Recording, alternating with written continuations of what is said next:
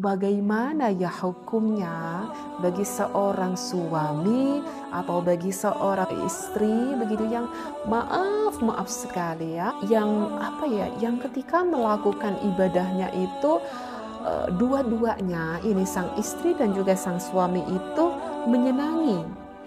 Ketika melakukan ibadahnya maaf sekali mengecup area intimnya baik istrinya ataupun sang suaminya.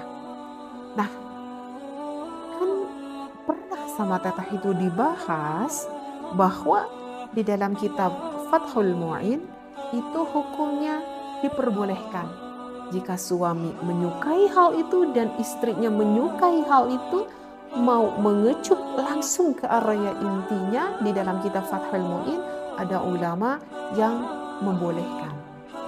Nah, sehingga ada lagi nih timbul pertanyaan, aduh teh kalau dipikir-pikir ya, itu kan teh di dalam ketika wanita dan juga seorang laki-laki itu terangsang, itu kan akan mengeluarkan cairan, itu kan akan mengeluarkan lubrikasi. Yang kalau di dalam kitab fikih itu dengan bahasa cairan itu yang dikatakan dengan air madhi. Sedangkan kalau menurut mazhabnya Imam Asy-Syafi'i, bukankah air madhi itu najis? Iya kan teh? Nanti kalau misalkan kena ke lidah kita, nanti lidah kitanya najis. Aduh gimana kalau misalkan nanti tertelan gitu ya masuk. Aduh nanti dong masuk dong najisnya ke mulut kita. Itu bagaimana? Katanya boleh, tapi kan dalam satu sisi itu hukumnya najis. Nah, insya Allah ya, ada referensi yang bisa kita dapat di dalam kitab Tuhfatul Habib, ada Syarhul Khatib pada juz ke-1 pada sahifah 106, dan juga masih di dalam kitab Tuhfatul Habib pada juz 1 pada sahifah ke berapa ini ya, ke 307. Jadi ada lanjutannya meskipun masih di dalam kitab yang sama. Jadi sekali ini yang ingin Tereh bahas, apakah air madhi jika tertelan sama lidah kita itu hukumnya masih tetap najis atau bagaimana? Seperti itu ya. Wa madhi di sini ada didahului dengan kata wa madhi. Ini ada ilih aja ya. Kalau agak panjang pembahasannya, langsung ke intinya aja. Wa mithluhu fi dzalikal wadiyu na'am yu'fa anhu liman ubtuliya bihi binisbati lil jima'i. Ini pada halaman 106-nya. Jadi memang benar kalau madhi ini hukumnya adalah najis ya. Tetapi kalau ini madhi misalkan liman ubtuliya bihi binisbati lil jima'i, tetapi kalau ini air madhi terkena terhadap misalkan lidah seorang suami ataupun seorang istri binisbati lil jima'i, karena bermaksud bertujuan ingin melakukan ibadah, maka di sini dibahasakan dengan yu'fa anhu, najisnya itu diampuni. Apa? Jawabannya najisnya itu diampuni. Jadi masih tetap kok najis. Iya, masih tetap kok najis. Tetapi najisnya itu yu'fa'anhu. Tetapi najisnya itu diampuni. Ya, oke. Sedikit lagi nih. Ada di dalam sekarang pada halaman 307-nya. La yukallafu ghasla dzakari minal madhi li'annahu rubama fatarat syahwatuhu an jima'i yuriduhu wa taqaddama yufa'anhu binisbati lil jima'i la lima asaba bananahu au thawdahu. Nah, jadi kelanjutannya pada halaman 307 ini madhi itu bisa terbagi menjadi dua.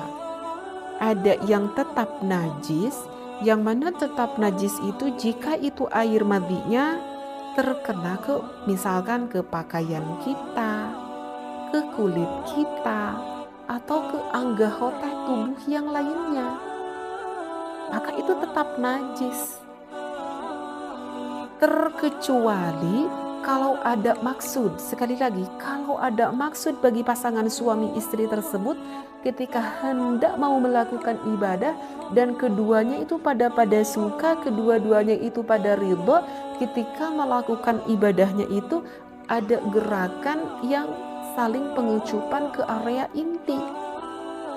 Sehingga jika terkena ke lidah, maka itu hukumnya yu'fa anhu, itu diampuni, tidak apa-apa. Aduh, ini tidak sengaja, bahkan lo teh gak sengaja tertelan. Gimana ini gak sengaja tertelan? Tidak sengaja tertelan oleh lidah kita dengan tercampurnya air liur sehingga agak sedikit tertelan ke lidah kita masuk ke dalam perut pun, itu masih tetap hukumnya yu'fa anhu. Hukumnya masih tetap diampuni. Jadi kalau begitu boleh, tak perlu ada keraguan. Itu pun kalau kamu suka, itu pun kalau kamu mau mengikuti di dalam kitab Fathul Mu'in pandangan sebagian ulama yang menghukuminya jawaz, yang menghukuminya boleh, meskipun ada sebagian ulama yang melakukan hal itu diharamkan atas seorang suaminya dan juga seorang istrinya itu merasa jijik. Maka kalau ada perasaan itu di dalam suami istrinya merasa bahwa hal ini adalah cukup menjijikkan, maka ya tak perlu kamu lakukan seperti itu. Tapi kalau suami istrinya senang, ya ada ulama yang membolehkan seperti. Jadi paham ya di sini ya, kalau terkena pakaian ataupun terkena kulit anggota lainnya, maka itu hukumnya adalah najis. Misalkan maaf di celana milik sang suaminya itu banyak sekali air madhinya, maka bagi seorang istri ketika mencuci pakaian dalam milik sang suaminya, bagusnya disikat ya, bagusnya disikat.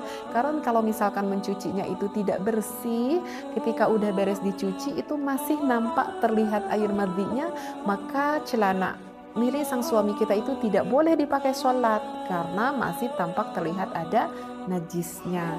Atau misalkan sang suami lupa nih bahwa air madhinya itu terkena ke pakaian dalam sang suaminya, ketika subuh misalkan menggunakan kembali celana dalam itu, udah nampak jelas ada air madhi di dalam celana dalamnya ya, sehingga sholat memakai celana itu ya nggak sah dong nanti sholatnya. Nah, ini adalah hukum yang wajib kita diketahui bagi wabil khusus pasangan suami istri. Ini adalah ilmu fikihnya ya. Jadi mudah-mudahan apa yang saya sampaikan ini bermanfaat sekali, apalagi yang kalau belum mengetahui akan hukumnya. Wallahu a'lam. Wassalamualaikum warahmatullahi wabarakatuh.